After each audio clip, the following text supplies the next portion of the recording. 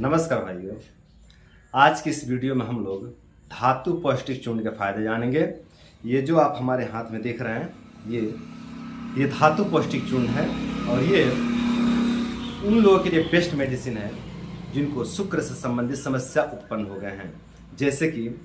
जिन लोगों के शरीर में वीर्य की कमी हो गई है,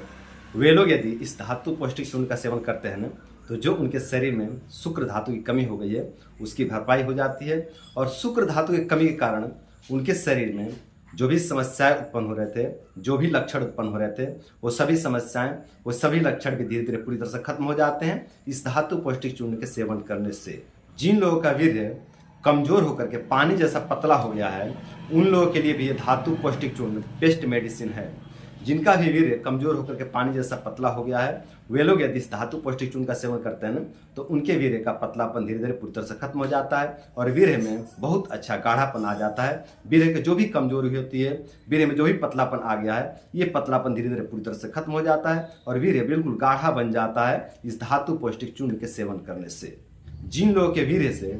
दुर्गंध आने की समस्या होती है, वे लोग यदि इस धातु पौष्टिक चूर्ण का सेवन करते हैं ना, तो जो उनके वीर्य से दुर्गंध आने की समस्या हो रही थी, ये समस्या उनके धीरे धीरे पूरी तरह से खत्म हो जाती है। और जिन लोगों के शुक्र धातु में शुक्राणु की कमी हो गई है,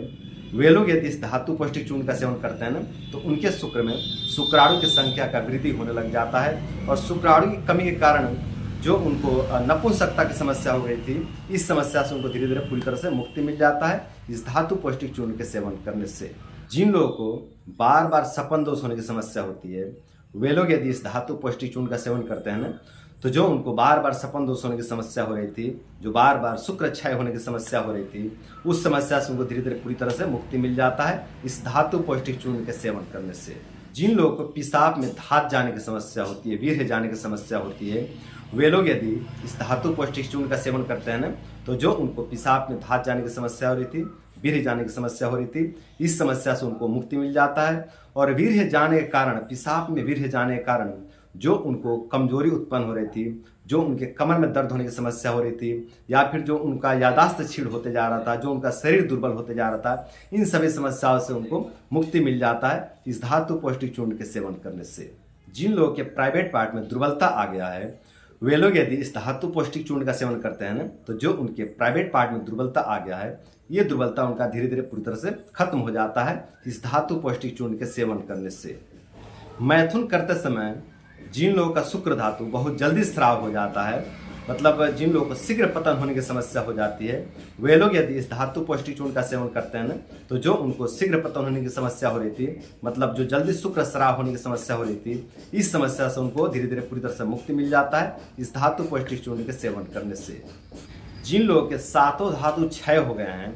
वे लोग यदि इस धातु पौष्टिक चूर्ण का सेवन करते हैं ना, तो जो उनके रस, रक्त, मांस, स्मेद, अस्थि, मज्जा, शुक्र आदि सातों धातु क्षय हो गए हैं, इन सातों धातुओं का पुष्टि होने लग जाता है इस धातु पौष्टिक चूर्ण का सेवन करने से। तो धातु पौष्टिक चूर्ण का सेवन करके आप अपने रस, रक्त, मांस, स्मेद, अस्थि, मज्जा, शुक्र आदि सातों धातुओं का पुष्टि कर सकते हैं। तो ये थे धातु पौष्टिक चूर्ण के कुछ फायदे। धातु पौष्टिक चूर्ण के और भी बहुत से फायदे हैं, लेकिन आज की वीडियो में बस इतना ही। अब बात करते हैं कि इस धातु पौष्टिक चूर्ण का सेवन विधि क्या होना चाहिए। तो अगर धातु पौष्टिक चूर्ण के सेवन विधि की बात करें ना,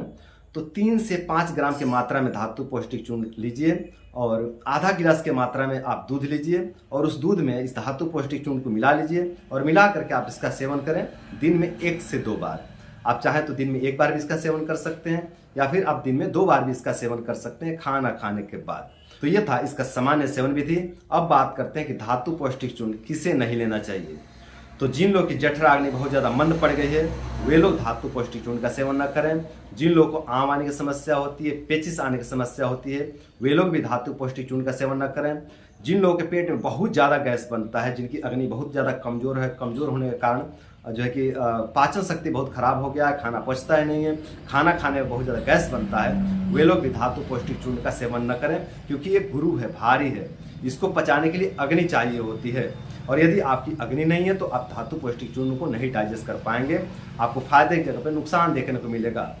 तो जिन लोग की अग्नि बहुत ज़्यादा कमज़ोर है, वो लोग धातु पौष्टिक चूर्ण का सेवन न करें। और जिन लोगों का शरीर बहुत ज़्यादा मोटा है, बहुत हैवी है, वे लोग भी धातु पौष्टिक चूर्ण का सेवन न करें, क्योंकि ये धातुओं को पुष्ट करने वाली औषधि है। यदि मोटे लोग इसका सेवन करते हैं तो उनके अंदर मोटापा और बढ़ जाएगा, तो मोटे लोग भी इस धातु पौष्टिक चूर्ण का सेवन न करें। तो ये था धातु पौष्टिक चूर्ण के बारे में पूरी विस्तृत जानकारी। उम्मीद करता हूँ कि इस वीडियो को फॉलो करके आप लोग धातु पौष्टिक चूर्ण का सेवन करेंगे, और धातु पौष्टिक चूर्ण का सेवन करके आप लोग अपने शुक्र से संबंधित समस्याओं को दूर करेंगे, और आप लोग अपने शुक्र से संबंधित समस्याओं को दूर करके आप लोग अपने जीवन को सुंदर, सरल एवं सफल बनाएंगे। तो दोस्तों, आज के लिए इतना ही। नमस्कार।